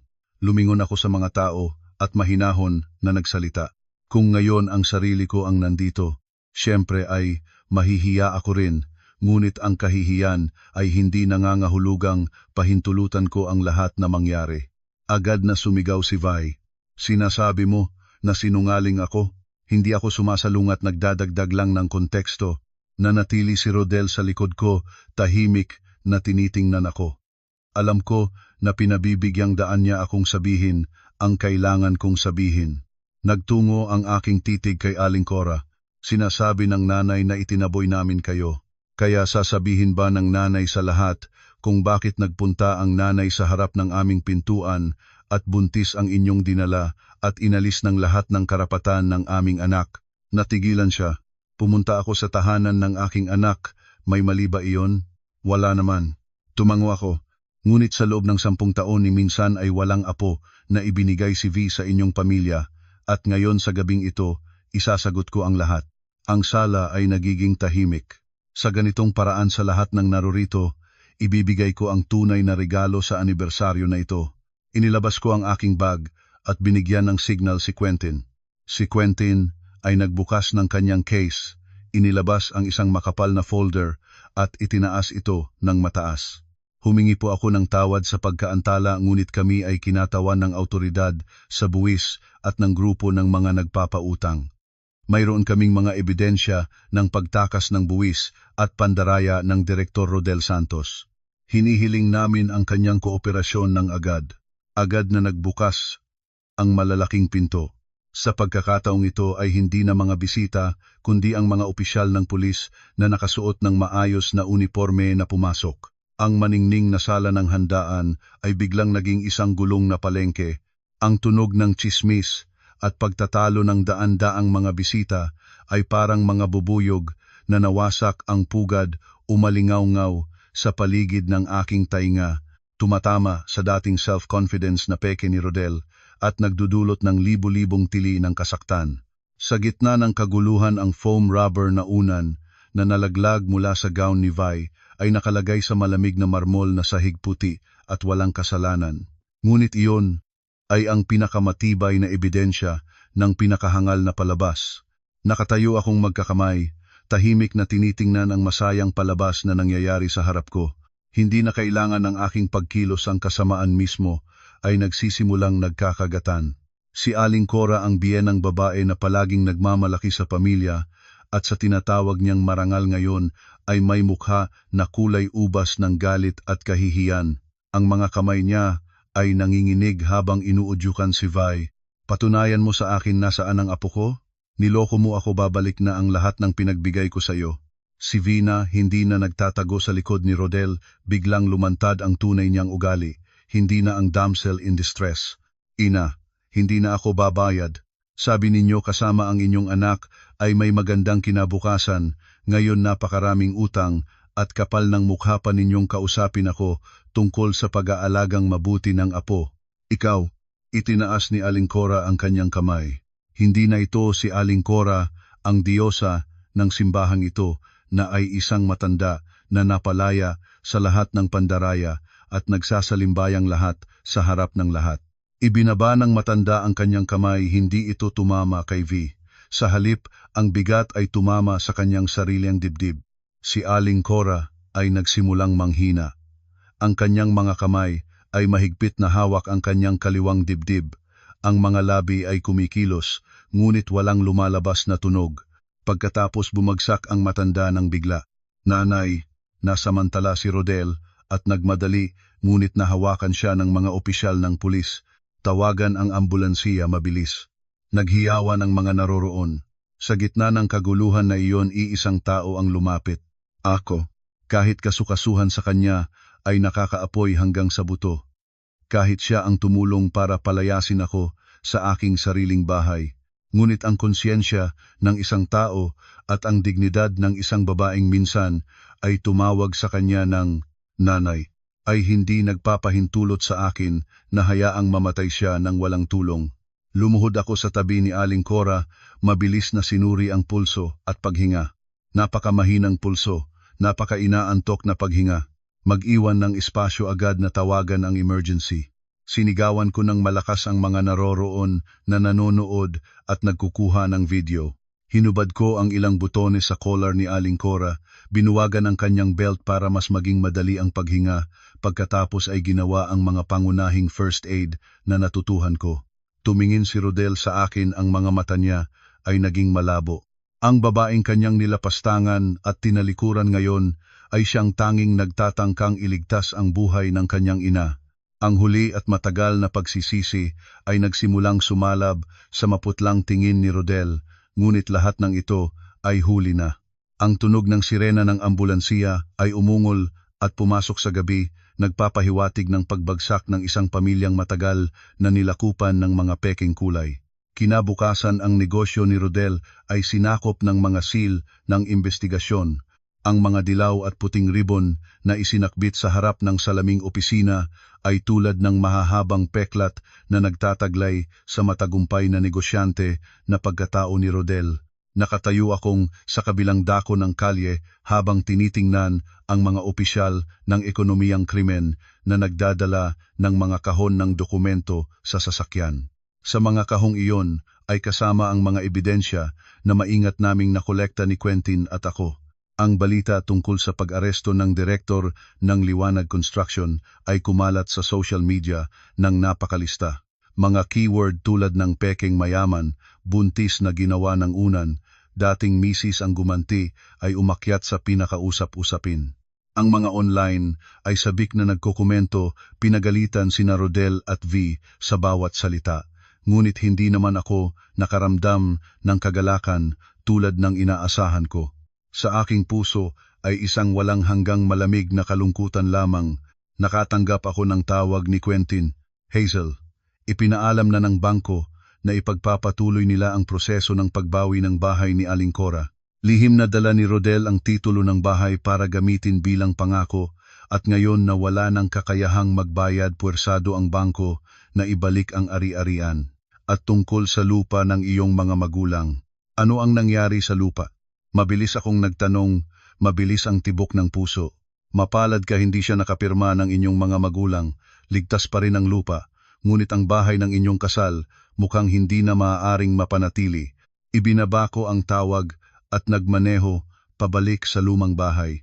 Ang bahay na dati ay aking tahimik na kanlungan, ngayon ay mukhang tiwangwang at malungkot. Ang mga taos buo pa rin ang pinto, nakabukas ng malawak. Ang mga kapitbahay ay nagsasabog ng tsismis sa labas.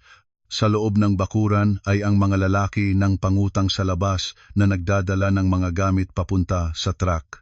Ang TV, refrigerator, mga kasangkapan, lahat ng dating komunidad na ari-arian ay itinatapon sa sasakyan tulad ng mga basura. Pumasok akong walang humadlang sa akin, marahil ay dahil sa aking tingin o dahil alam na nilang wala na akong koneksyon sa mga utang na ito. Sa disorganisadong sala nakita ko si V. Siya ay naghahalungkat ng pabalibaliktad sa mga drawer, ang buhok ay hindi na maayos. Wala na ang dating kaningningan. Hawak ng kamay ang isang bag na puno ng mga alahas at gamit. Saan ang pera? Saan ang ginto? Alam ko na may nakatago pang pera rito, ang matalino. Nausal si V habang nagkikalat ng mga papel. Nang makita ako, natigilan si V, nagurong sa sulok. Ang mga kamay ay nagtatago ng isang lumang relo ng lalaki sa likod. Ano ang hahanapin mo pa rito? Wala nang natitira, lahat ay nabili na ni Rodel ng matagal para bayaran ang interes. Tinitigan ko siya nang walang galit, tanging awa na lamang ang nananatili. Ang relo na hawak mo ay pekeng klase, ibenta mo yan, baka mapangalagaan pa ng pabili mo ng isang mangkok ng pansit. Nabitin ang mga kamay ni V, bumagsak ang relo sa sahig at nasira ang salamin. Umupo siya sa lupa, sumigaw, hindi dahil sa pagsisisi, kundi dahil sa pagtuya sa mga napaghandaang tubo na naging walang bunga. Kasalanan mo ito, kasalanan mo lahat. Kung hindi ka lumitaw, kung nanatili kang tanga tulad ng dati, hindi naman sana ganitong katapusan. Lumapit akong malapit kay V, yumukod at tinitigan siya ng malapit. Mali ka, V, hindi ikaw nagdusa dahil sa akin, nagdusa ka dahil sa iyong sariling kasakiman. Pumili kang maging parasito, kaya dapat mong tanggapin na kapag namatay ang host mo ay mamamatay ka rin. Eksaktong sandaling iyon, pumasok si Rodel sa bahay mula sa labas. Ang lalaki ay naging payat, ang balikat ay nakayuko, ang damit ay nagayat. Naroroon pa rin siya sa panahon habang naghihintay ang kaso, ngunit ang dating kumpiyansa ng matagumpay na direktor ay ganap na nawala. Nakita niya kami ni Vi at agad nagsimula ang pakikipagway. Hala, nandito ka rin. Alam ko nang may planong gano iyan. Sumigaw si V at agad na lumaban. Ang dalawang taong nagmahal sa isa't isa, nagsamahan at nagplanong magnakaw ng kinabukasan ng aking pamilya, ngayon ay nagkakagatan sa gitna ng kanilang sariling guho. Nakatitig akong nakatayo. Bigla si Rodel ay nagsabing, akala mo may natago ka na ibenta ko na iyon nang matagal para bayaran ang interes ng utang. Huwag kang magbuntong hininga sa aking kasalanan, ikaw ang pumasok sa aking buhay at sinabi mong buntis, nagpalakas na ang lahat ng dahil sa iyo. Si V ay sumikad at umatake. Ikaw ba? Ikaw ang nagsimula nito. Ikaw ang nangako bahay, kotse, hiyas. Ngayon kayod bukid ka pala, at peke pala ang lahat. Binulag mo ako. Ang dalawang taong minsan ay sabay na nagtatahimik sa pagitan nila, ngayon ay nagkukumpetensya kung sino ang mas kakilakilabot. Hindi na ako nangangailangan ng pumasok sa laban. Tumayo akong, at lumakad patungo sa labas. Si Quentin ay naghihintay sa kanyang sasakyan. Nang lumabas akong ng pintuan, lumingon si Rodel. Ang mukha niya ay namumula sa pagtatalo at galit, ngunit nang matamaan ng aking tingin ang kanyang mga mata, biglang lumayo ang lahat ng iyon.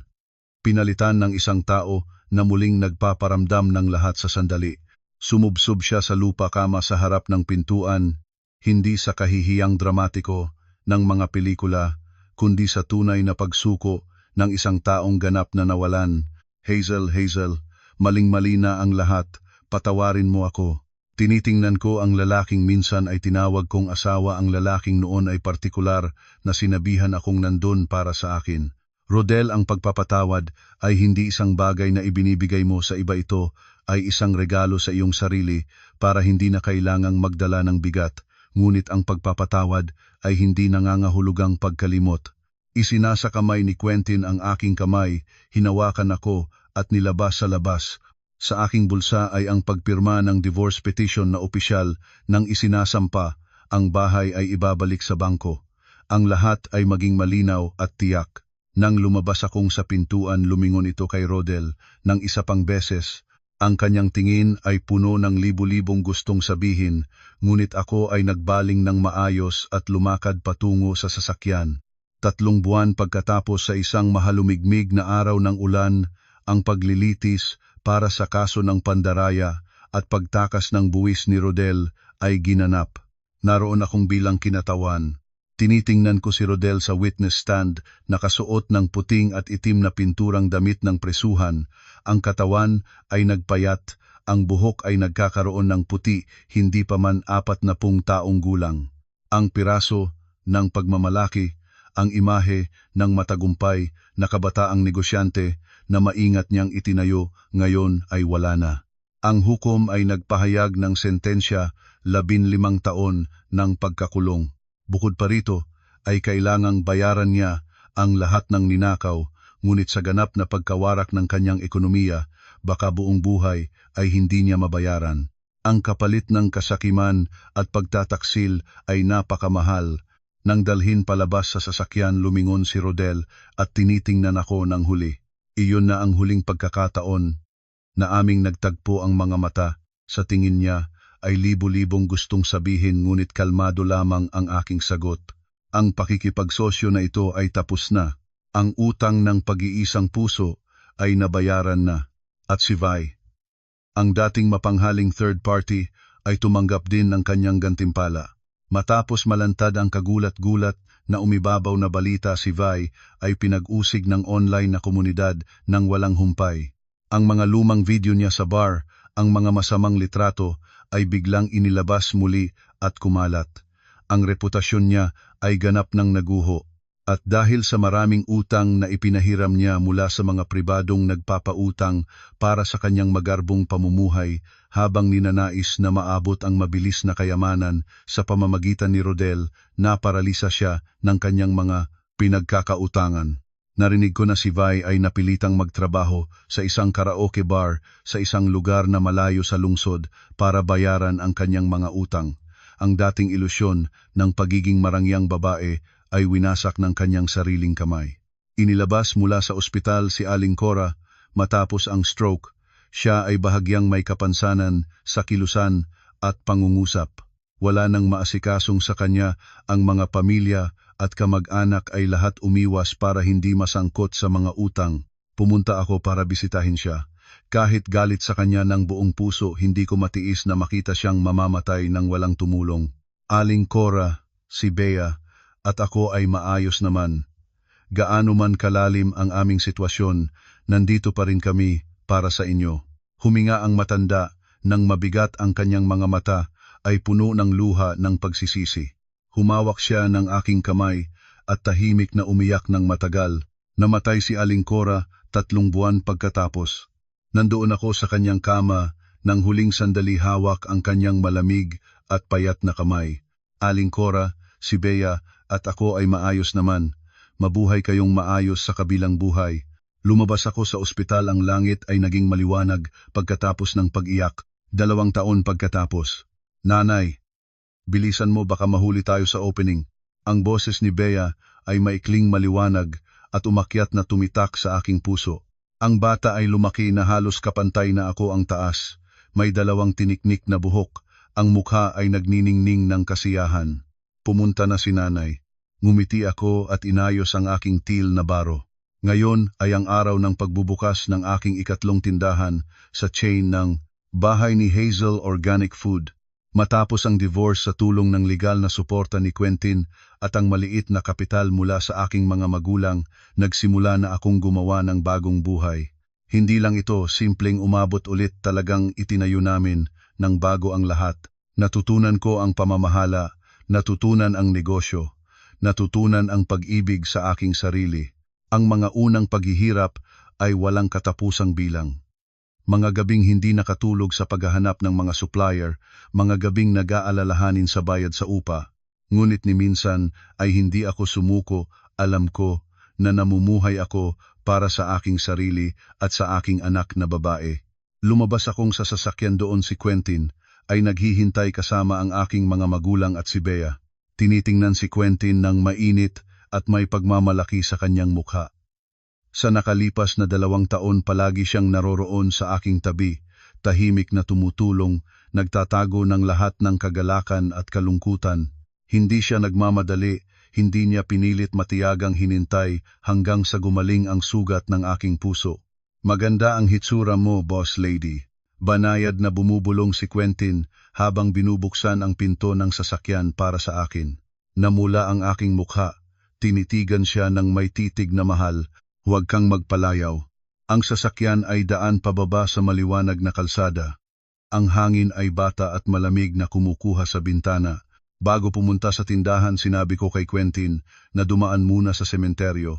Nagdala ako ng puting bouquet ng chrysanthemum at isang maliit na bote ng itim na kape. Tumayo ako sa harap ng puntod ni Aling Cora. Nakahanap-hanap ang insenso sa hangin. Nag-alab ako ng insenso, tahimik na nagdasal. Aling Cora, si Bea at ako ay maayos. Ang tindahan ay maayos, ang pagtakbo. Naririto pa si Quentin na nag-aalaga sa amin ng maayos. Manirahan kayong payapa sa kabilang buhay, huwag nang mag-alala. Nakatayo ako doon, nang ilang sandali ang puso ay nagiging mas magaan. Ang pagpapatawad ay hindi para sa iba, para sa aking sariling katahimikan ito. Kapag hindi mo na kailangang magdala ng bigat ng puot at galit, maaaring mamuhay ng mas maginhawa ang iyong puso. Umalis kami mula sa sementeryo, ang langit ay maliwanag at malinaw na kakaiba. Sa labas ng tindahan, puno ng mapulang matagal na dekorasyon at mga bulaklak na congratulations. Maraming bisita ang nagtipon. Hawak ko ang gintong gunting, hinahanda ang paghiwa sa ribon ng pagbubukas. Si Bea ay tumakbo at niyakap ako ng mahigpit. Nanay, proud na proud ako sa iyo. Ang aking mga magulang ay nakatayo sa tabi, ang mata ng aking tatay ay malaulan. Ang tatay ko, pagkatapos ng matagumpay na operasyon sa puso, ngayon ay malusog na pulang-pula, ngumingiti ng may ngiti na walang ngipin. Ang aking anak ay mahusay, pagkatapos ng bagyo ay naging maliwanag ang panahon. Aking anak, lumapit si Quentin at sinunggaban ang aking kamay sa harap ng lahat. Sa pagkakataong ito ay hindi ko na inurong ang aking kamay. Mahigpit akong humawak sa kanya, naramdaman ang init na kumakalat hanggang sa aking puso. Hazel, tinitingnan ako ni Quentin ng malalim. Ang 3 tindahan na ito, mayroon ka bang plano na magbukas ng isa pang sangay ng iyong buhay? Isang sangay na may kasama ako at ikaw ng pagsama-sama. Nagsimulang tumawa ako, ang pinakamasayang tawak sa napakaraming taon. Sabay na nagtawanan ang mga naroroon. Ang tunog ng tawak ay umapaw sa gintong liwanag ng umaga. Napagtanto ko ngayon na ang pinakamataas na klase ng pagiging matapang ng isang babae ay hindi ang kakayahang pigilin ang asawa, kundi ang kakayahang pigilin ang sariling halaga. Kapag ikaw ay may pagpapahalaga sa sarili, kapag malinaw ang iyong paniniwala, At kapag ikaw ay matino ang ginagawa, ang tunay na kasiyahan ay darating ng kusang kumakatok sa iyong pintuan. Ang nakalipas na panahon ng sakit ay nagsara na. Sa aking harapan ay isang maliwanag na malawak na daan, puno ng liwanag. Sinimulang i-start ang sasakyan, inakay ang buong pamilya patungo sa hinaharap. Ang buhay na ito ay talagang sulit pa ring mabuhay. Maraming salamat sa inyong oras para makinig sa pag-ibahagi ng aking channel. Kung nakita ninyong kapakipakinabang ang kwentong ito, huwag kalimutang pindutin ang like, ibahagi sa inyong mga mahal sa buhay, at lalo na mag-subscribe at i-on ang notification para hindi kayo makaligtaan ng kahit anong mahalagang nilalaman. Halina't sama-sama tayong bumuo ng isang mainit na komunidad kung saan ang bawat isa ay natututo, nagbabahagi ng karanasan, at naghahanda para sa isang buhay na buo, pati ang katahimikan ng puso at ang pisikal na kalusugan. Nawa ang inyong pamilya ay manatiling masaya at payapa hanggang sa muli tayong magkita sa mga susunod na episode.